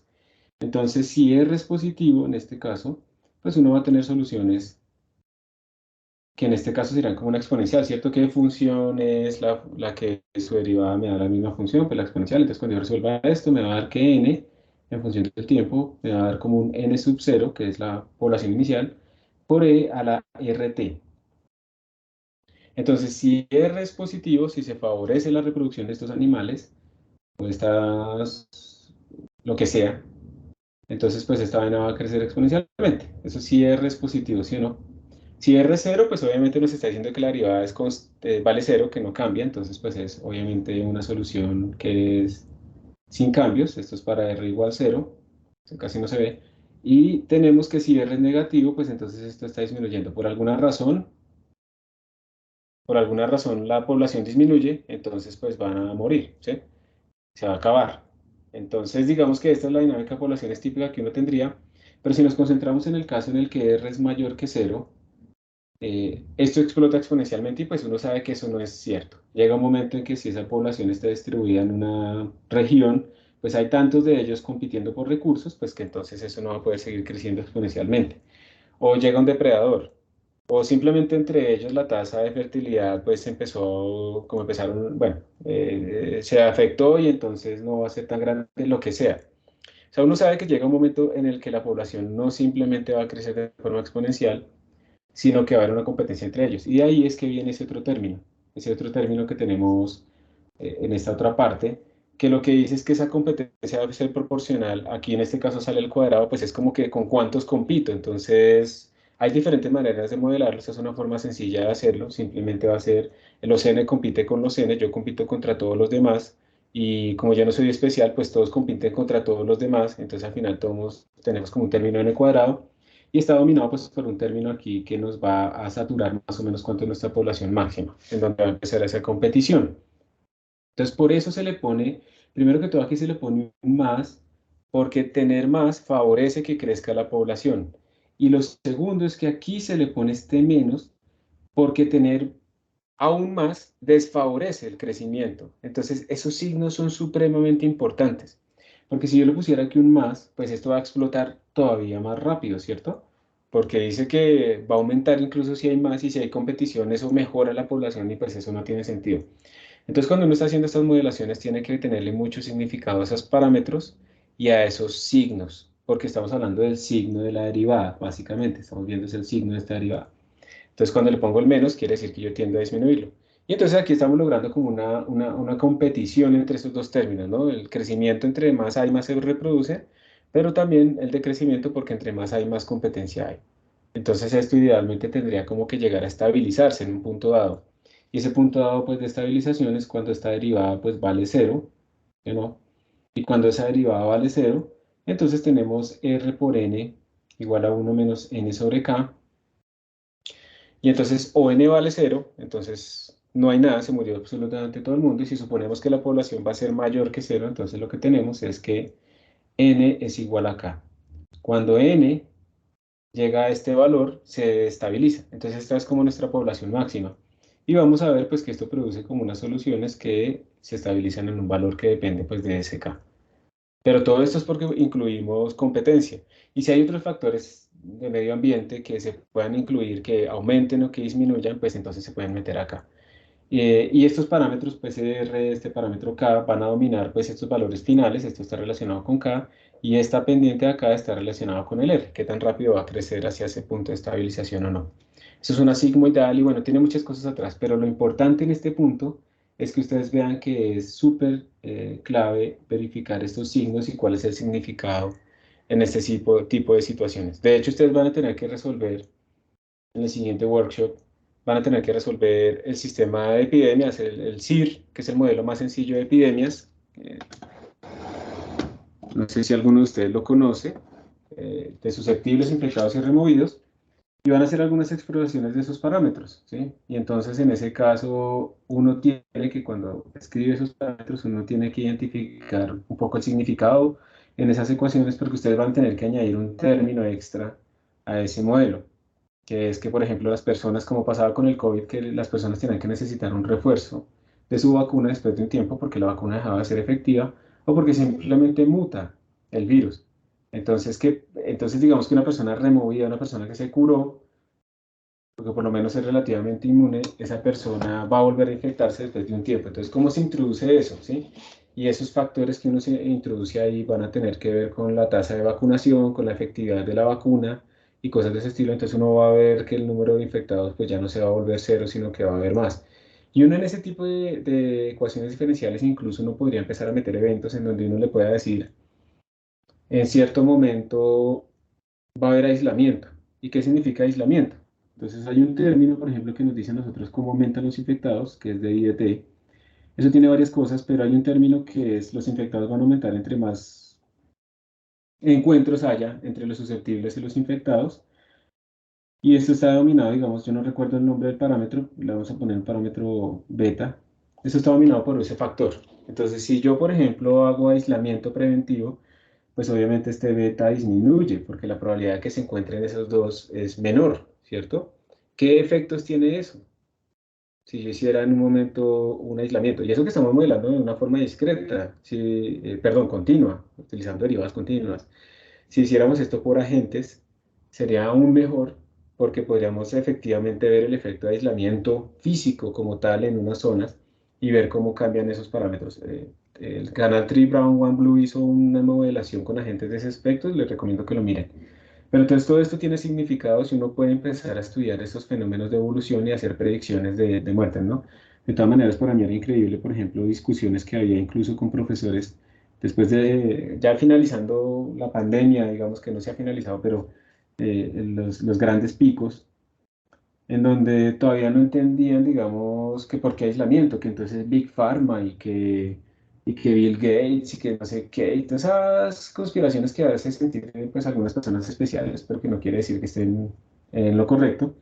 Y era increíble porque, digamos, al final a todos nos tiene que dar COVID, como así a todos nos va a dar gripa, pero lo que uno busca, o lo que se busca en los aislamientos es que no le dé a todo el mundo al tiempo, ¿sí? Porque una cosa es que yo tenga una epidemia que todos se infectan de esta manera, y otra cosa es que yo la tenga así, ¿sí o no? Y si el threshold, digamos, el umbral para el sistema de salud es que se satura el sistema de salud en esta zona, entonces evidentemente lo que uno está buscando es que no se enfermen todos al tiempo, porque si se enferman todos al tiempo, se cruza el umbral, y al cruzar el umbral el sistema de salud colapsa y no puede atenderlos a todos al tiempo, y van a morir muchos más de los que lastimosamente van a morir por la enfermedad como tal. Eso es lo que se trata de evitar con aislamientos, no es que la gente no tenga libertades y que no sé qué, no, eso es lo que se trata de evitar un colapso del sistema de salud, como pasa cuando pues hay mucha gente enferma, porque además de todas maneras hay gente enferma de otras cosas, ¿sí? Y no hay recursos, que esa es la otra. No, pues simplemente contraten más gente. ¿De dónde? Tampoco había personal. Cuando hubo los grandes picos de salud, ni siquiera había personal suficiente y la gente del sistema de salud estaba completamente saturada de trabajo y al final empiezan a quemarse, ¿sí? A tener burnout y disminuye la capacidad de atención de los sistemas de salud, no solamente porque no hay camas, es porque no hay gente preparada, ¿sí? Estudiada para poder atenderlos. Pero bueno, es increíble que incluso en personas formadas todavía por ideología caigan en esas trampas de pensar eso. Bueno, volviendo acá entonces, ustedes van a tener que resolver ese sistema y es importante entonces que sepan interpretar pues esos signos, qué efectos tienen sobre las derivadas. Básicamente lo que piensen ustedes, esto lo aumenta o lo disminuye, ¿sí? Este factor, este efecto que quiero incluir, aumenta o disminuye mis comportamientos. Entonces, en el caso pues, de la simulación de estos sistemas dinámicos de poblaciones, nosotros lo que queremos es incluir que aumentan a medida que haya más población, pues los conejos, entre más conejos más se reproducen, entonces, primer término, pero se van a saturar. Uno incluso puede tratar de normalizar la población sobre K, porque recordemos que K es como como un valor máximo al que vamos a llegar. Entonces, si uno sobrescribe esta ecuación en términos de esos normalizados, uno puede entonces encontrar un solo parámetro que domina toda esta expresión. En todo caso, lo que quiero es que en este momento ustedes, por favor, implementen la solución de esta ecuación diferencial, implementen este código, pongan la derivada, resuelvan el sistema y lo que vamos a hacer es que aquí yo voy a llamar a ese sistema varias veces para que dibuje. O sea, básicamente es como adaptar este código para esta solución. Yo lo voy a llamar varias veces para que nos salgan varias gráficas. Entonces, para eso, tienen en este momento ustedes 5 minutos para que lo hagan rápidamente individualmente y voy a pedirle a alguien al azar que nos muestre la solución. Bueno, listo. Vamos a ver quién sale aleatoriamente. Aquí están sus nombres. Vamos a ver si sale alguien que esté acá. Entonces, clic. Uy. Listo. Daniel Vargas Wilches, ¿está aquí o no está? Sí, sí, señora, acá estoy. Bueno, muy bien, mira. ¿Te ganaste algo? Sí, ya me di cuenta. A mí me pasaba eso, o sea, yo no me ganaba nunca una rifa ni nada, pero sí me ganaba estas vainas de salir ahí a mostrar y todo eso, ya. Entonces, ¿puedes compartir pantalla, Daniel? Sí, voy. Solamente que el código se sigue ejecutando, no sé. Ya lo compartí. Listo, vamos a revisar a ver. Entonces, dale, comparte pantalla, por favor. Listo. Ahí está ejecutando, ¿cierto? Sí, o sea, prácticamente lo que hice fue Problema, ¿sí? similar al caso anterior, añadiéndole los argumentos. Ah, pero mira, claro, páralo un momento, dale ahí en eso de stop. Mira que el problema es que tú no estás retornando nada en tu función fdriv. Le pusiste el valor, pero no retornas. Ah, Le- claro. y creo que ya. Sí, sí, sí. Listo, bien. Entonces, perfecto, ahí está. Entonces tratemos de analizarlo. Sube un momentico, por favor. Yo traté de hacerlo en diferentes figuras. Observa, por favor, que la primera solución va desde 0 a 2000 y la segunda solución va desde 0 a 200. Mira que la diferencia entre la primera y la segunda parte del tiempo, pues es el factor R. Entonces, como te puedes dar cuenta, la primera solución, donde R es muy pequeñito, se demora más en llegar a estabilizarse que en la segunda solución. O sea, R domina como esa etapa en la que se empieza a estabilizar, ¿sí o no? Sí, La tercera solución, ¿qué le ves de diferente? Y si se ha esperado lo que estamos obteniendo o no. pues que se empieza a estabilizar mucho más antes. Mucho antes, Más ¿cierto? pronto. Porque recuerda que el R favorece la reproducción de los animales y entonces en este caso el R es grande comparativamente con los demás, entonces mucho más rápido se estabiliza, ¿cierto? Así Mucho más es. rápido llega a su valor límite, o sea, mucho más rápido crece la población, pero también mucho más rápido compite, entonces mucho más rápido se estabiliza. Y el último, Es prácticamente constante siempre. ¿y qué será? ¿Qué será lo que pasó? ¿Cuál es la diferencia? Mira ahí la solución de la línea 24.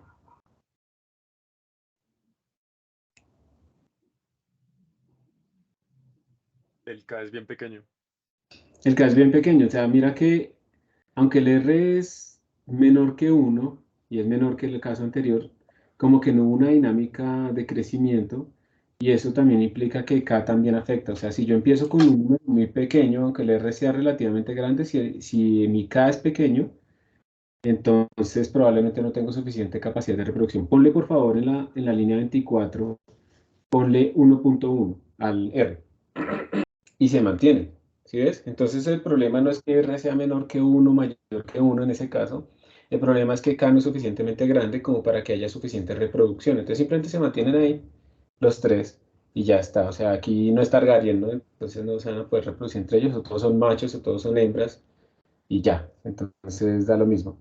Eh, Listo. Entonces esto es para que ustedes vean, digamos, cómo es de sencillo adaptar. No sé si tienes alguna pregunta ahí. No, no, la verdad, todo claro. Si tú quisieras, sube un momento, por favor. Si tú quisieras entender aún mejor, más, sube más, por favor, a la ecuación. Si tú quisieras entender mejor esta dinámica y por qué K y R, como cuál es su efecto real, tendrás que adimensionalizar este sistema, ¿sí? Entonces tendríamos que, por ejemplo, decir, vamos a escribir todo en términos de N sobre K. Entonces van a aparecer, digamos, unos términos ahí, digamos que ahora nuestro nuevo N adimensionalizado, o sea, normalizado con el factor máximo que es K, nos daría 1 menos N minúscula, llamémoslo a ese normalizado, y el primer factor te aparecerá como un K por R por N minúscula, una cosa así, ¿sí? Para adimensionalizar completamente nuestra ecuación. Entonces al final el factor que domina como toda la dinámica es K por R.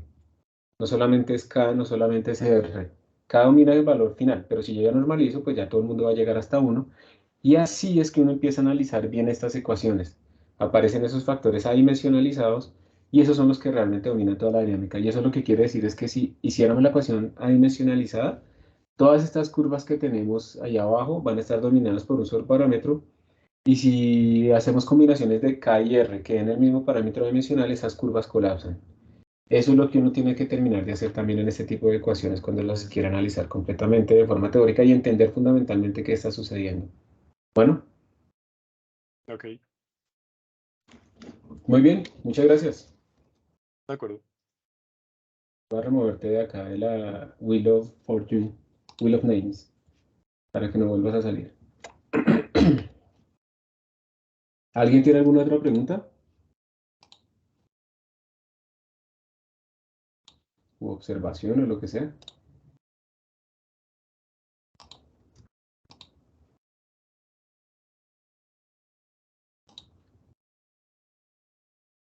Bueno, cuando tenemos sistemas de ecuaciones, realmente ya lo hemos hablado, pero por si acaso es cuando tenemos varias derivadas. Entonces, digamos que la derivada de una posición respecto al tiempo es una función que depende de tanto de x como y en general y del tiempo. La posición en y en función del tiempo, la derivada, perdón, también depende de otra función. Entonces, pues armamos todo en términos vectoriales, ¿sí? Y el algoritmo de Euler, por ejemplo, pues es lo mismo. El S siguiente, el estado siguiente es igual al estado actual más esa función de derivadas por el delta t. Básicamente, ¿qué es lo que tenemos que hacer nosotros ahora? Tenemos es que nuestra función de derivadas, como ahora el problema es vectorial, pues tiene que retornar un vector. Entonces podemos retornar una lista o podemos retornar un array, como ustedes quieran. Entonces, digamos que aquí estamos definiendo una función de derivadas que recibe el tiempo y recibe un vector que es las dos dimensiones de nuestro sistema. Entonces aquí estamos, por ejemplo, digamos que aquí, ¿qué es lo que estamos diciendo? Aquí estamos diciendo lo siguiente. Estamos diciendo la derivada de la primera componente, y sub 0, respecto al tiempo, este es mi sistema, es igual a menos y sub 0 más 2 por y sub 1. ¿Sí? Que si ustedes quisieran escribir en términos de posiciones y velocidades, pues podría ser que de z de t no es simplemente la velocidad, sino que es menos z más 2 por v, si lo quieren ver así. Y lo otro que estamos diciendo acá es que la derivada de y sub 1 respecto al tiempo, aquí me equivoqué, ¿no? Es igual a y sub 0. De nuevo, que si lo quieren como interpretar, sería la derivada de la velocidad respecto al tiempo, es igual a la posición. Bueno, es una cosa rara, ¿no? Pero pues, es en un resorte, ¿cierto? Donde k vale 1. Okay, no está negativo, sino positivo. Eso es lo que quiere decir este sistema, y entonces ustedes tienen que retornar las derivadas como un vector. Lo pueden dejar como una lista o lo retornan como un NP de array.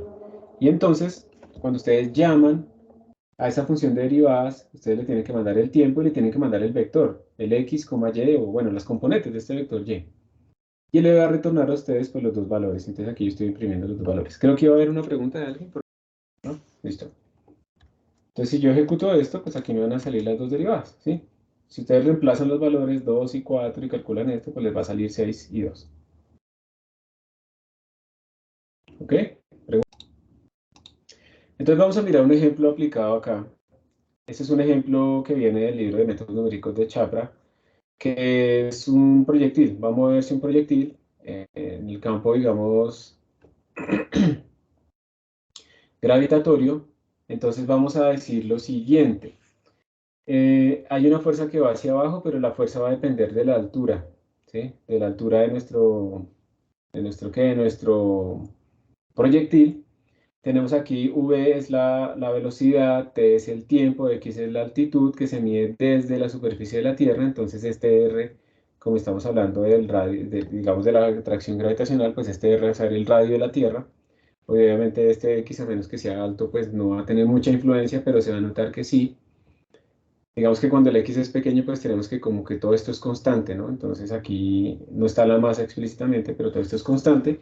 Entonces tenemos como aceleración uniforme. Pero si el X es suficientemente grande, digamos que es algo que va a ser intercontinental, entonces este X va a tener una cierta influencia sobre el radio de la Tierra y entonces pues vamos a ver una trayectoria diferente a la trayectoria típica parabólica. G sub 0 es la aceleración gravitacional al nivel de la superficie de la Tierra, digamos que es 9.81, realmente es como 9.78, no importa, en este caso. Y vamos a utilizar SciPy para tratar de calcular la máxima altura dependiendo de la velocidad inicial. Yo lo que quiero es, dependiendo de esa velocidad inicial que yo le dé a mi proyectil, cuál es la máxima altura que va a alcanzar, ¿sí? Entonces, ¿cómo resolvemos eso? Es un sistema, obviamente, que está acoplado. Entonces, aquí está pues todos los imports que necesitamos nosotros. Tenemos entonces que nuestra función de derivadas tiene que retornar un arreglo. Y ese arreglo entonces va a tener pues dos componentes. Yo como no quería escribir y sub 0, y sub 1 por todo lado, yo lo que hice fue extraerle las componentes aquí localmente y voy a llamar a una componente X y a la otra componente la voy a llamar V. Estoy diciendo X y V van a ser igual a las componentes de este vector que yo sé que es de 2 dimensiones. Entonces lo que le estoy diciendo aquí es que me tiene que retornar las derivadas. La derivada de X pues es la velocidad. ¿Sí? Eso no tiene problema. Y la derivada de B, de la posición de la segunda componente de Y, pues es menos G por R cuadrado más R, donde yo estoy mandándole el G acá. Y me parece que estoy escribiendo un poco mal esto, realmente. No la voy a cambiar ahorita, pero yo debería poner aquí como este parámetro G y R para que lo reciba como argumentos, para que me quede pues bien escrita mi función.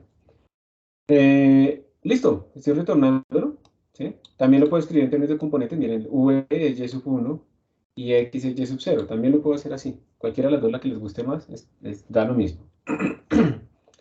Y bueno, aquí lo estoy resolviendo, entonces saco el tiempo en cierto intervalo que me mandan a mí, en mi función, resuelvo el sistema y lo voy a dibujar.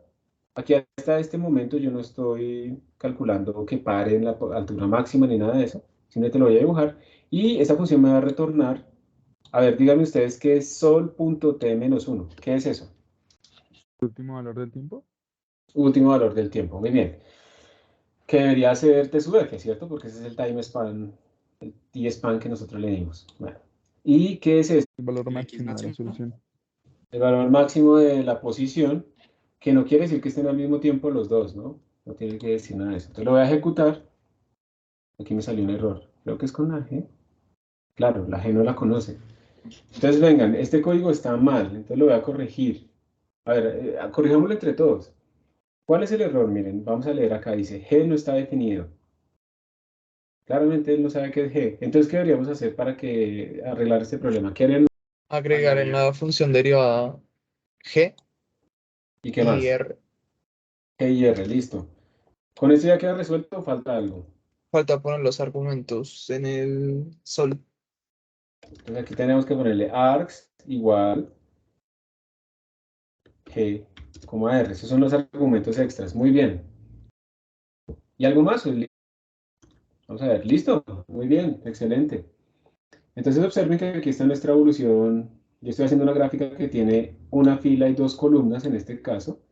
Para la primera figura, pues ahora tenemos índices en los axes porque pues tenemos una fila y dos columnas. Entonces este es el ax 0 y este es el ax 1. Entonces yo le estoy dibujando aquí la posición en función del tiempo y en la otra le estoy dibujando la velocidad en función del tiempo. Entonces miren que la posición, él sale desde 0 en función del tiempo, entonces sale mi parábola básicamente, aunque miren que la altura llega a ser bastante grande, pues claro, yo mandé esta vaina con una velocidad inicial grandísima, ¿no? 1500 metros por segundo. Entonces la posición llega hasta acá y luego baja, pero pues obviamente atravesó el suelo y siguió mucho más profundo. Y la velocidad medía más o menos una línea recta. ¿Esto es de esperar o no es de esperar este comportamiento en la velocidad? ¿Ustedes qué dicen? Sí, porque la posición es parabólica, entonces su derivada debería ser una recta. Aproximadamente, ¿cierto? Porque como nuestras alturas todavía no son tan grandes como comparadas con la del radio de la Tierra, entonces este término básicamente es constante, ¿sí o no?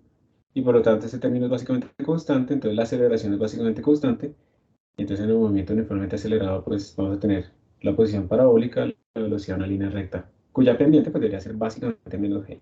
Pero si le ponemos más velocidad inicial a este man, pues obviamente vamos a empezar a notar un poco mejor ese efecto, digamos, de la altura. Muy bien. Pero entonces yo sé que pues no tiene mucho sentido que él como que pase por debajo de la Tierra, ¿cierto? El nivel, digamos, de lanzamiento, entonces voy a ponerle un evento. ¿Ustedes se acuerdan qué era lo que hacíamos para poner?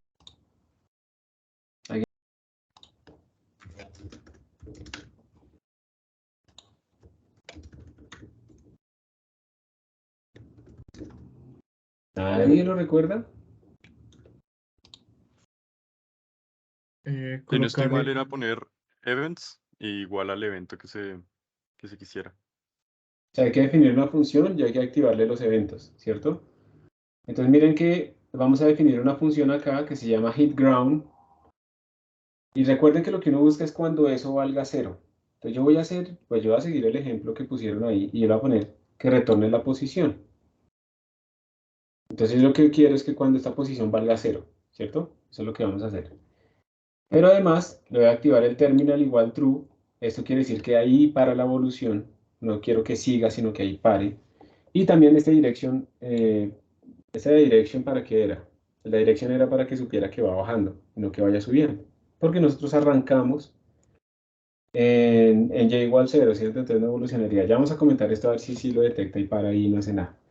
Entonces lo único que hacemos es definir esta función, activamos si es terminal o no, y la dirección, y entonces en nuestra evolución le ponemos los eventos. De todas maneras aquí creo que vamos a tener el mismo problema, entonces tengo que arreglarlo acá.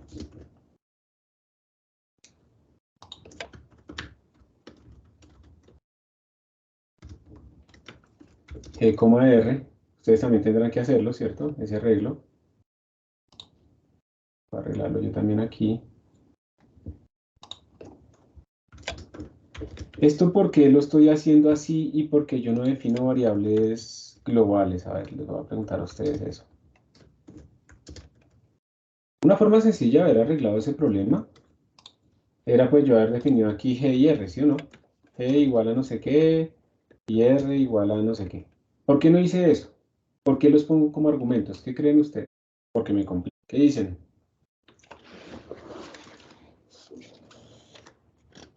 Digan tranquilos. Me quedo esperando a que alguien diga algo. porque si están fuera de la función, no los toma como argumentos. No los tiene que tomar como argumentos, eso es una cosa, pero todo el mundo los puede ver, ¿cierto? Pero en general mi función, digamos que pensémoslo así, si yo fuera a utilizar estas mismas soluciones en otra función y en otras cosas, mi función perdió como independencia. Yo no le puedo mandar algoritmos como por ejemplo yo quiero comparar la trayectoria en la Tierra con la trayectoria en Marte. Yo no podría simplemente decirle a la función f de Dirichlet que ahora g vale otra cosa, o en la Luna. No, porque ahora me toca es cambiar la función, las variables globales para todo el mundo. Entonces mis funciones como que no tienen como argumentos toda la información que ellos necesitan para funcionar, entonces se vuelven dependientes de otras cosas. Entonces mi código queda muy acoplado por todo lado con esas variables globales y entonces eso ya implica que va a tener problemas si trata de utilizar esto en otros contextos. Cuando uno trata de que sus funciones reciban toda la información que necesitan para hacer su trabajo, uno las desacopló de todo lo demás, las vuelve paramétricas, entonces ya puedo trabajar esas mismas funciones en otros sitios. Es una buena costumbre de programación. Yo sé que es más fácil utilizar esas variables globales y ya, ¿sí? Pero no siempre lo más fácil es lo mejor, y lo más fácil a veces ahorita se vuelve una maña que después se vuelven problemas. ¿Listo? Entonces, como por ese lado. Y pues además porque la función solve IVP nos permite mandarle esto. Esto es reciente, esto lleva un par de años. Antes no lo permitía, entonces era más difícil, se utilizaban funciones lambda y cosas así, pero ya ahora lo permite, entonces eso desacopla nuestras funciones, permite que sean mucho más globales, más generales, entonces es una buena costumbre hacerlo así. Bueno, entonces vamos a hacer esta evolución. Me salió otro error, vamos a ver cuál es. Hit ground text to positional arguments, but for were given. ¿Dónde está hit ground? ¿Será que este args afecta a hit ground? Tenemos que mirar eso. No es, profe, una pregunta, no es porque dice que events igual event en vez de events igual hit ground o algo así. Sí, señor, tienes toda la razón. Estoy utilizando otra cosa por allá que quién sabe dónde será. Menos mal tengo aquí estos estudiantes con ojos de águila. Vamos a ver si era eso. No, perdón. No, aquí me equivoqué. Event acá, o sea, es una buena observación, pero no es exactamente la solución. Mira, event acá es el evento, que por defecto no le mandamos eventos, ¿listo? Entonces es este argumento. Y acá cuando yo llame a mi función solve system, yo le estoy mandando el hit ground como evento para que lo utilice. Entonces, a ver, ¿cuál otro podrá ser el error? Solve system cuando yo lo llamo, luego solve IVP, Entonces por allá el man está tratando de hacer el evento de T sub 0, Y sub 0 para evento en eventos, entonces lo está llamando y ahí es donde encuentra que no. Pero es que le está mandando los args, o sea, es que él está utilizando estos args no para la función de derivadas, sino para la función de eventos, ¿sí? Eso es lo que está sucediendo. Entonces, pues, hagamos una cosa. Pongámosle esos argumentos acá si no los utilice, ¿listo? Entonces, esto lo que nos está diciendo es básicamente, usted tiene que tener la misma interfaz entre la derivada y los eventos. Si la derivada recibe estos argumentos, los eventos también, así no los use, pero tiene que tener la misma API, la misma definición de función. Yo creo que es eso. Listo, ya está. Lo voy a corregir acá. A veces es bueno que tengan errores los códigos, ¿no? Porque uno aprende este tipo de situaciones. Entonces miren que ya funcionó y observen ahora nuestra evolución efectivamente paró cuando detectó que la posición volvía a ser 0. No paró hasta todo el tiempo que teníamos antes, que era más de 300. Miren que aquí llegó un poquito más adelante de 300, pero no tan lejos. Paró exactamente en este punto. Entonces con los eventos yo puedo hacer que eso suceda. Y si yo quisiera, aquí me está saliendo también ¿la qué? El tiempo máximo y la posición más alta. Aquí también salió el tiempo ahora es menos y la posición es la misma, la posición más alta es la misma. Y así es que yo podría empezar a llamar a esta función con varios valores, por ejemplo, qué sé yo, de velocidad inicial, e ir sacándole cuánto es su altura máxima. Y entonces hacer una gráfica, ¿cierto? Y va a llegar un punto en el que pues, podemos hacer una gráfica de este tipo de cosas. Utilizando los eventos, simplemente lo que tendríamos que hacer es evolucionar en un tiempo mucho más grande que lo normal para que él alcance a llegar al evento que estamos buscando. Y el evento podría cambiar a que sea la derivada igual a 0. Intentémoslo ahorita a ver si eso funciona. Aquí hay un ejercicio que ustedes deben hacer. Digamos que ahorita en clase, pero vamos a saltarlo un momento, que es ir viendo precisamente cómo es esa máxima altura normalizada por el valor del radio de la Tierra. Normalizado quiere decir dividido por el valor del radio de la Tierra, en función de varios valores de la gravedad, como para diferentes cuerpos terrestres nos vamos a lanzar este sistema. Yo quiero hacer un experimento acá en el evento. Yo no sé si esto funciona. Le voy a decir que retorne y de 1. Aquí yo que estoy diciendo, ¿qué significa este evento? Que pare cuando la altura sea máxima. No. Bueno. Pero tú entiendes la altura máxima cuando la derivada de la posición sea 0, ¿sí? ¿Sí así lo entiendes? Si así lo entiendes, es que la altura máxima se obtiene cuando la derivada vale 0, eso es. O sea, yo aquí le estoy diciendo cuando la velocidad valga 0, básicamente. Vamos a decirle que es terminal, pero este todavía no me cuadra, entonces vamos a dejarlo así. ¡Ay, miren! Perfecto. Entonces él paró cuando llegamos a la altura máxima. Y entonces ahora nos está dando el tiempo en el que eso ocurre y la altura máxima, que es la misma de antes. Es la misma, vamos a ver. 11.067.91, 11.67.91, 37.59. 11.67.91, 35. Un poquito diferente, ¿no? Un poquito diferente. Pues precisamente por esta precisión que tenemos acá. Pero miren que sí funcionó. Entonces con esto yo ya tengo una cosa que para específicamente la altura máxima y hasta me da el tiempo que me demoré en llegar allá. Entonces esto es bien chévere. Y si yo no le pongo hit ground terminal, ¿qué dicen?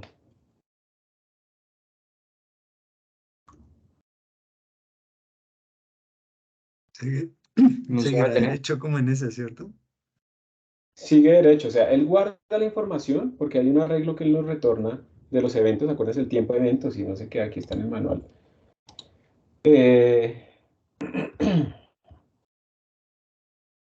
Por acá, miren, el tiempo de eventos y el Y de eventos. O sea, él nos guarda de todas maneras esa información por si queremos acceder a ella, pero él sigue. Simplemente no es terminal.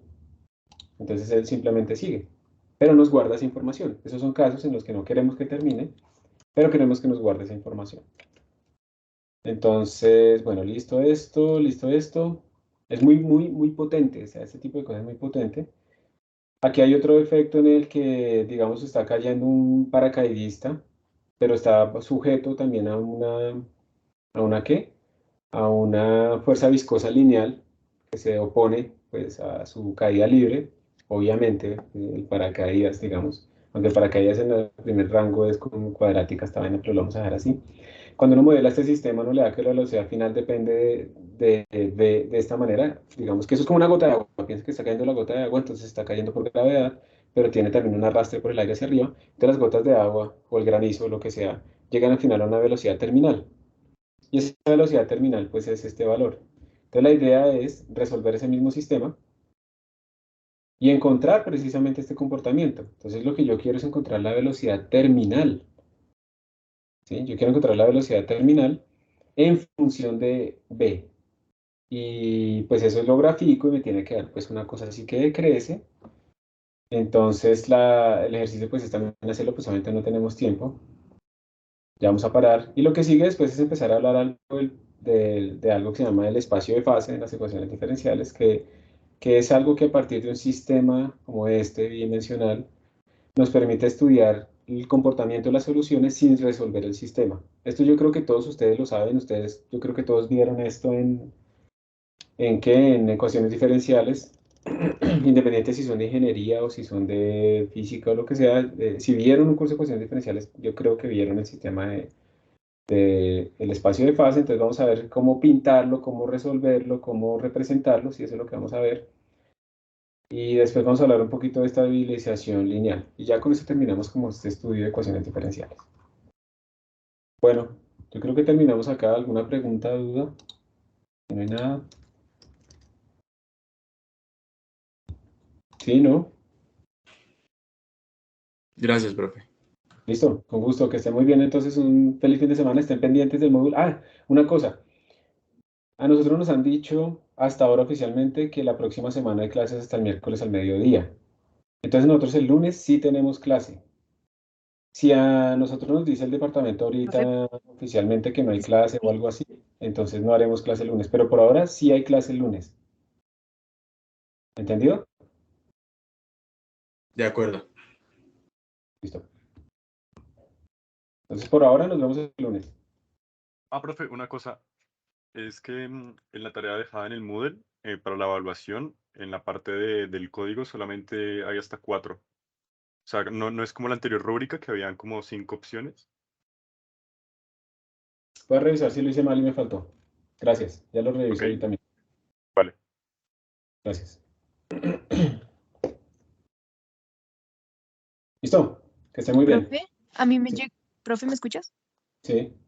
A mí me llegó un correo de la Facultad de Ciencias que dice que, conforme al Acuerdo 8/2022 del Consejo de Sede por el cual se establece El calendario académico, la celebración de la semana universitaria comprendida entre el lunes 19, sábado 24, es adicional a las 16 semanas, o sea, no cuenta entre las 16 semanas.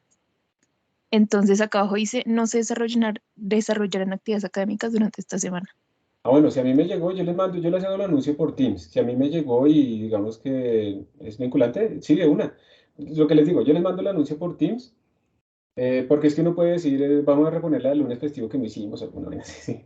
Pero listo, ¿no? Yo no he revisado el correo, obviamente, pero si esa es la información, yo igual les voy a dejar, es un workshop eh, esta tarde o mañana, pero va a ser hasta después de la semana universitaria, ¿está bien? Entonces, eso sí, para que lo tengan en cuenta.